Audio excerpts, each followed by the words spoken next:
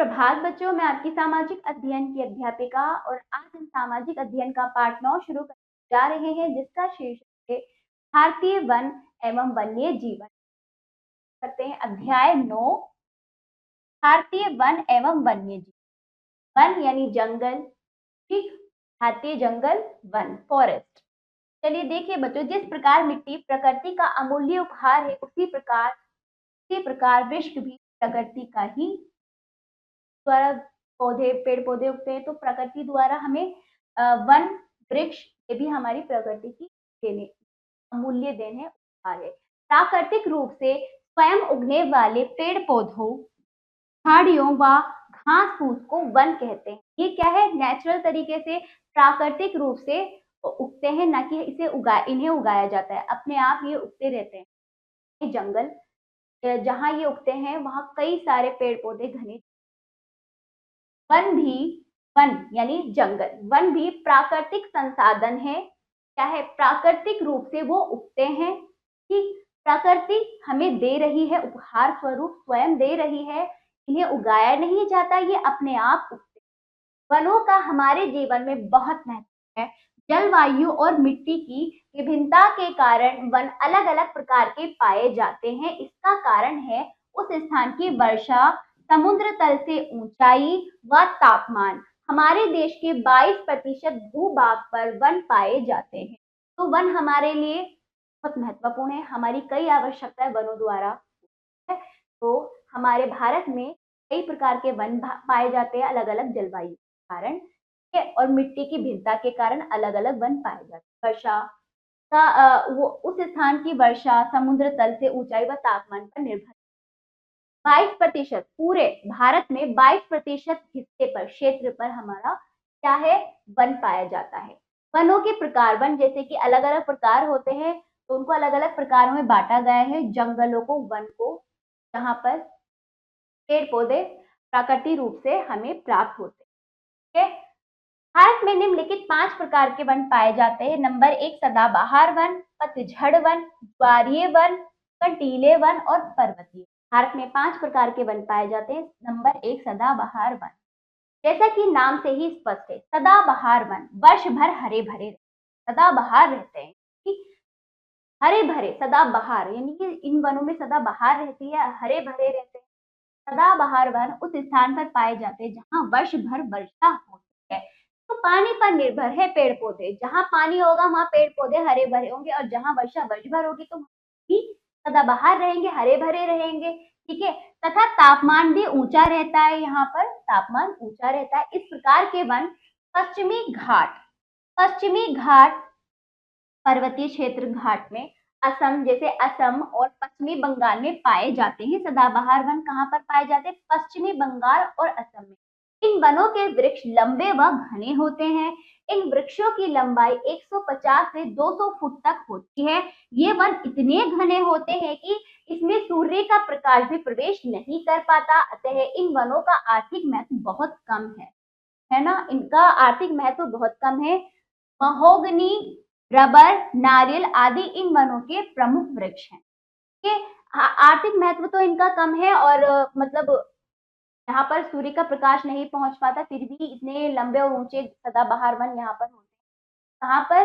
असम और पश्चिम बंगाल में पाए जाते हैं। इनका आर्थिक महत्व कम होता है। महोगनी, रबर, नारियल आदि इन वनों में प्रमुख वृक्ष हैं। दूसरे नंबर पर पतझड़ वन आ जाइए। पतझड़ वन कम वर्षा वाले स्थान पर पाए जाते हैं। इन वनों को मानसूनी वन भी कहते हैं। इन वनों के वृक्ष गर्मियों के प्रारंभ में अपनी पत्तियां गिरा देते। पतझड़ वन यानी वन जंगल तो है, और गर्मियों में इनके पत्ते गिर जाते हैं। इन वनों में सागौन, साल तथा शीशम के वृक्ष प्रमुख रूप से होते हैं। इन वृक्षों की लकड़ी फर्नीचर के लिए अत्यधिक सहायक होती है, तो इन वृक्षों की लकड़ी से फर्नीचर बनाया जाता है कई प्रकार का। इस प्रकार इन वनों का विशेष आर्थिक महत्व है। मतलब आर्थिक महत्व का यह है कि इन वनों से व्यापार किया जाता है, आर्थिक में योगदान है, इकोनॉमिकली, है ना। तो ये क्या है? इनसे व्यापार होते हैं, बल्कि ये जो है ये इनका आर्थिक महत्व रबर, नारियल का। लेकिन फर्नीचर कितना महंगा मिलता है इन सब से, सागौन, साल, शीशम जैसे वृक्षों से फर्नीचर बनता है, आर्थिक महत्व है, इसलिए इन वनों का विशेष आर्थिक महत्व। उत्तर पूर्व भारत व हिमालय की तराई वाले भागों में ये वन पाए जाते हैं। उत्तर पूर्व, उत्तर पूर्व, उत्तर पूर्व और हिमालय के तराई वाले भागों में, यानी नीचे, जब पहाड़ों से नीचे की ओर आओगे आप, तराई वाले तलछटी भागों में ये वन पाए जाते हैं। अगला तीसरे नंबर पर ज्वारीय वन देखिए। ये वन समुद्र के निकट नदियों के डेल्टा प्रदेशों में पाए जाने वाले वनों को ज्वारीय वन कहते हैं। अब देखिए, नदी कहाँ बह जाती है? समुद्र में जाकर मिल जाती है, गिर जाती है समुद्र में जाकर, ठीक है। और नदी अपने साथ कई सारी मिट्टियां, कई सारे अवशेष लेकर आती है। वो अवशेष कई सालों तक, हजारों सालों तक इकट्ठे होते रहते हैं। उन्हीं अवशेषों पे फिर उन्हीं अवशेषों से समुद्र के बीच बीच में एक भूमि बन जाती है। उन्हीं भूमि को डेल्टा कहते हैं और फिर इन्हीं डेल्टा में पाए जाने वाले ज्वारीय वन होते हैं। इन्हीं डेल्टा के अंदर ज्वारीय वन पाए जाते हैं कि समुद्र के निकट नदियों के डेल्टा प्रदेशों में पाए जाते हैं। भारत में ज्वारीय वन पश्चिमी बंगाल में गंगा के डेल्टा में पाए जाते हैं। गंगा नदी बनाती है, गंगा के डेल्टा में पाए जाते हैं। गंगा नदी द्वारा बनाया गया डेल्टा में ज्वारीय वन जो कि पश्चिमी बंगाल में है, वहां पाए जाते हैं। इन वनों में सुंदरी नामक वृक्ष प्रमुख होने के कारण इन्हें सुंदर वन भी कहते हैं। तो यहाँ पर सबसे ज्यादा सुंदरी नामक वृक्ष उगते हैं, जिसकी वजह से ये सुंदर वन कहलाया। इन वृक्षों की जड़ें सदैव समुद्र के खारे पानी में डूबी। चौथे नंबर पर आइए कंटीले वन। कंटीले वन शुष्क व रेतीले प्रदेश में होते हैं। राजस्थान, गुजरात, हरियाणा व मध्य प्रदेश में इसी प्रकार के वन हैं। इन वनों के वृक्षों की जड़ें बहुत गहराई तक फैली होती हैं, बहुत गहरी होती है भूमि के अंदर, जिससे ये वृक्ष भूमि की गहराई से पानी सोखकर अपना भोजन बनाते हैं। तो अपने आप प्राकृतिक रूप से ये उगते हैं और इनकी जड़ें बहुत गहराई तक होती है। पृथ्वी के अंदर पानी होता है, वहां से ये अपनी पानी की आवश्यकता पूरी करते हैं ये वृक्ष। इन वनों के वृक्ष छोटे व कांटेदार होते हैं। इन वनों के प्रमुख वृक्ष बबूल, कीकर, नागफनी है। तो इनके जो आपके कटीले वनों के अंतर्गत कौन से वाले आते हैं, कौन से वृक्ष आते हैं? बबूल हुआ, कीकर और नागफनी जैसे वृक्ष आते हैं। इन वनों का आर्थिक महत्व इनका भी बहुत कम है। पांचवें नंबर पर पर्वतीय वन। ये वन पर्वतीय भागों में पाए जाते हैं। ये बहुत बड़े क्षेत्र में फैले हैं। इन वनों के वृक्षों की ऊंचाई पर्वतों की ऊंचाई के साथ साथ बदलती रहती है, ठीक है। तो ये वन पर्वतीय भागों में पाए जाते हैं। ये बहुत बड़े क्षेत्र में फैले होते हैं और वृक्षों की ऊंचाई पर्वतों की ऊंचाई पर निर्भर। इन वनों में अधिकतर कोमल लकड़ी वाले वृक्ष पाए जाते हैं, जिनमें चीड़, देवदार, चिनार प्रमुख है। इन वृक्षों की ऊंचाई भी बहुत होती है। तो पर्वतों के साथ इन वृक्षों की ऊंचाई भी बहुत होती है। इन वृक्षों से प्राप्त लकड़ी का प्रयोग फर्नीचर बनाने में किया जाता है। तो बिल्कुल ये भी आर्थिक महत्व, ठीक है। चलिए, ये तो हो गए हमारे वन। हमने अलग अलग प्रकार के अलग अलग क्षेत्रों में वन देखी, इनकी विशेषताएं देखी और प्रकार के वृक्ष यहाँ पर पाए जाते हैं। अब आ जाइए वनों के लाभ। वनों के लाभ, हमारे जीवन में वनों का बहुत महत्व है। इनमें हमें निम्नलिखित लाभ प्राप्त होते हैं। नंबर 1, वनों से देश की राष्ट्रीय आय बढ़ती है। वन अधिक होंगे तो अलग अलग प्रकार के वृक्ष होंगे, वहां पे कई प्रकार की जड़ी बूटियां, कई प्रकार की ऐसी लकड़ी, कीमती लकड़ी जो आपके आर्थिक काम आएंगे। और जब आपके आर्थिक रूप से जो देश आर्थिक रूप से सक्षम है, वहां की आय भी बढ़ेगी, राष्ट्रीय आय बढ़ती है। वन मिट्टी के कटाव को रोकते हैं, जैसे कि हम देखते हैं बाढ़ आने पर, वर्षा आने पर मिट्टी के कटाव से कटाव अपरदन रुकता है वन के कारण। वन प्रदूषण को रोकने में सहायक होते हैं। वनों से हमें ऑक्सीजन मिलता है और कार्बन डाइऑक्साइड को लेकर, और जो भी मतलब आसपास हमारे वायुमंडल कैसे हैं, वन रोक जल के वृक्ष। वनों से अनेक प्रकार की बहुमूल्य औषधियां प्राप्त होती हैं। वन वर्षा कराने में सहायक होते हैं। वन वर्षा भी कराते हैं। वनों से रेगिस्तान के बढ़ने पर रोक लगती है। वनों से रेगिस्तान मतलब जितने अधिक वन होंगे, रेगिस्तान कम होता जाएगा। वनों से हमें ईंधन की प्राप्त होती है, बिल्कुल ईंधन की प्राप्त होती है। वनों से फल, मेवे तथा पशुओं के लिए चारा प्राप्त होता है। देखो, वनों से ईंधन की प्राप्त होती है। वनों से क्या लकड़ी, कोयला बनता है, जिस अपने रेल के अंदर भी आप इसका प्रयोग करते हैं, ठीक है। और ईंधन के रूप में भी आप लकड़ियों का प्रयोग करते हैं। ये लकड़ियां किससे प्राप्त होती है? वनों से फल, मेवे, पशुओं के चारा भी प्राप्त होता है।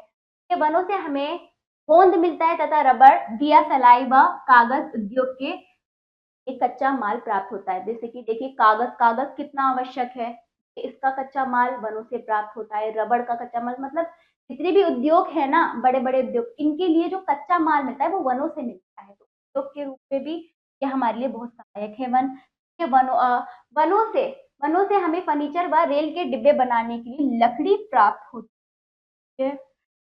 वन, अब आइए वन संरक्षण कैसे करना है। वन संरक्षण क्या होता है? भूतकाल में भारत में बहुत घने जंगल थे, लेकिन दिन प्रतिदिन जनसंख्या बढ़ने से लोगों ने अपनी जरूरतों को पूरा करने के लिए वृक्षों को काटना आरंभ कर दिया है। वृक्षों को काटना शुरू कर दिया, वृक्ष कम होते जा रहे हैं और पुराने समय में हमारे देश में बहुत घने वनों से प्राप्त होने वाले सभी लाभों को देखते हुए हमें वनों की रक्षा करनी चाहिए। उनको काटने से बढ़ाने के लिए अधिक से अधिक वृक्षारोपण चाहिए। अधिक से अधिक आप वृक्ष लगाए, काटे कम, अधिक से अधिक लगाए, है ना। वनों की रक्षा के लिए हमारे देश में चिपको आंदोलन चल रहा है। हमारे देश में चिपको आंदोलन चल रहा है। इस आंदोलन के अंतर्गत लोग वृक्षों से चिपट कर वृक्षों को कटने से बचाते हैं। इसके अतिरिक्त सरकार ने अनेक अभ्यारण्य बनाए हुए हैं, जिनमें प्रमुख है असम में काजीरंगा, उत्तरांचल में कार्बेट पार्क, मध्य प्रदेश में कान्हा पार्क, राजस्थान में घाना, केरल में पेरिया तथा गुजरात में गिरवन। तो बच्चों देखो, वन जंगल जहाँ आपके केवल वृक्ष नहीं, कई प्रकार के जानवरों का निवास स्थान। जंगली जानवर हमारे साथ तो नहीं रह सकते, वो वनों में रहते हैं, उनके लिए वो स्थान बहुत अच्छा है। हमारे लिए भी यदि वो यहाँ पर आने रहने लगे तो हम तो रह नहीं सकते। ये जंगली जानवर मनुष्य को मार देंगे, खा जाएंगे। तो उनके लिए संरक्षित क्षेत्र वन होता है। तो इस तरह से वनों का संरक्षण करो और वनों में रहने वाले जानवरों का भी। तो उनके लिए सरकार द्वारा बनाए गए कई अभ्यारण्य, काजीरंगा उत्तरांचल में अभ्यारण्य, जहाँ वन में रहने जानवर यहाँ पर सुरक्षित है, बिना डरे वो यहाँ पर, जहाँ वनों के जानवर बिना डरे यहाँ पर रहते हैं और सरकार इनका पूरा ध्यान रखती है। अब आइए वन्य जीव एवं संरक्षण। वन अथवा अभ्यारण्यों में वृक्षों के साथ साथ वन में रहने वाले पशुओं को भी संरक्षित किया जाता है, संरक्षण मिलता है। वन्य जीव हमारे राष्ट्र की धरोहर हैं। ये देश की सुंदरता बढ़ाते हैं और प्रकृति के संतुलन बनाए रखने में वन्य जीव भी हमारी प्रकृति, जो प्रकृति ने जो चक्र बनाया है उस चक्र को संतुलित करते हैं। ये तो केवल वन नहीं, वन में रहने वाले जीव जंतु भी का भी। तो वन्य जीव अभ्यारण्य कई प्रकार सरकार ने बनाए, जिसमें वन और वन्य जीव है। तो ये पाठ समाप्त हुआ। महत्वपूर्ण बिंदु देख लीजिए। वृक्ष प्रकृति का अमूल्य उपहार है।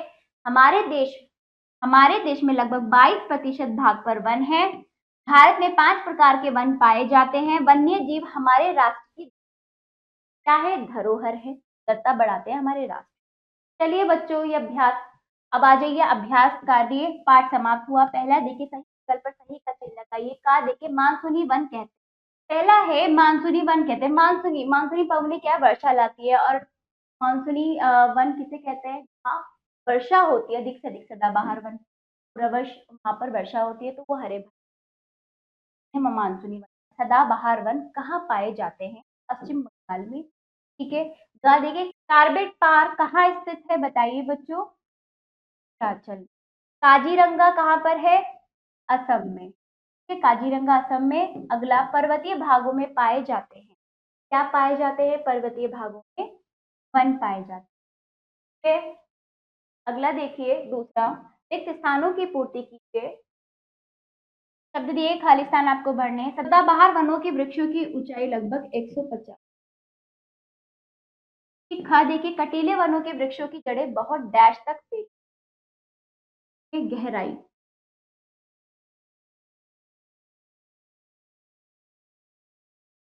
ज्वारीय वनों का प्रमुख वृक्ष है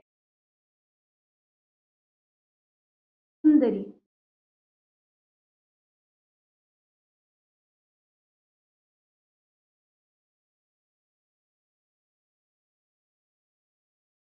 हाँ देखिए, वृक्ष डैश की देन है, प्रकृति।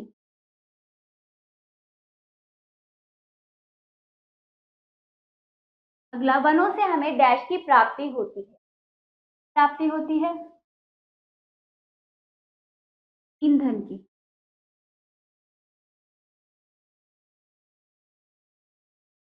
वृक्षों की लकड़ी का उपयोग अधिकतर डैश बनाने में किया जाता है, फर्नीचर।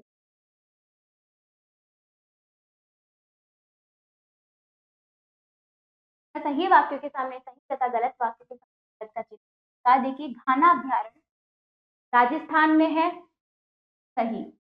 अगला, पर्वतीय वनों में कठोर लकड़ी के वृक्ष पाए जाते हैं, गलत। अगला, बबूल, कीकर, नागफनी वृक्षों का आर्थिक महत्व कम होता है। देखिए, बबूल, कीकर व नागफनी वृक्षों का आर्थिक महत्व बहुत कम होता है, सही। अगला, वनों के कटान को रोकने के लिए हमारे देश में आंदोलन की शुरुआत हुई, सही। ठीक है, आपको मेल करना है। इनका का बासी सुंदरी कहाँ पर, बारी वन होते हैं। महोगनी, बहार, देवदार, पर्वतीय, बबूल, कटीले वन, सागौन आपका पतझड़। तो आपको इन वृक्षों को अपने अपने वन दान करना है पाठ के अनुसार। अगला अभ्यास, निम्नलिखित प्रश्नों को अच्छे से पढ़ेंगे पाठ के अनुसार। अभ्यास आप जरूर